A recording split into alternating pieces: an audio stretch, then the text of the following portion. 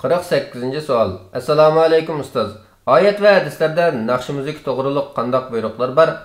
Javob: Va alaykum assalom.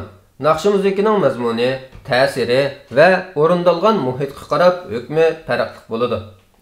Aroq sharab ichiladigan so'rinlarda o'qilish yoki yalang'ochlik va axloqsizlikdek boshqa harom qilingan narsalar bilan chetilsa, bundaq ahvoldagi naqshini aytish, tomosha qilish va anglash harom bo'ladi.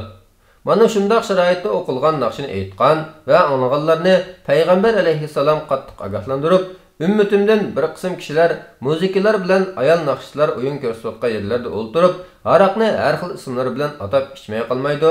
Alloh ularni yerga yutqizib o'tadi, ularni maymun va cho'shqalarga aylantirib o'tadi degan. Musiqimi o'xshash.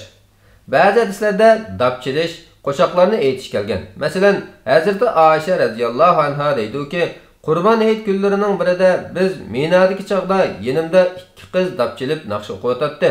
Payg'ambar alayhissalom kiyimga yo'ginib yotadi. Atam Hazrati Abu Bakr kelib ularga taftani qildi. Payg'ambar alayhissalom buni anglab, yuzini ochib, "Ey Abu Bakr, ularni to'simag'in, chunki bu ayam kunlaridir" degan.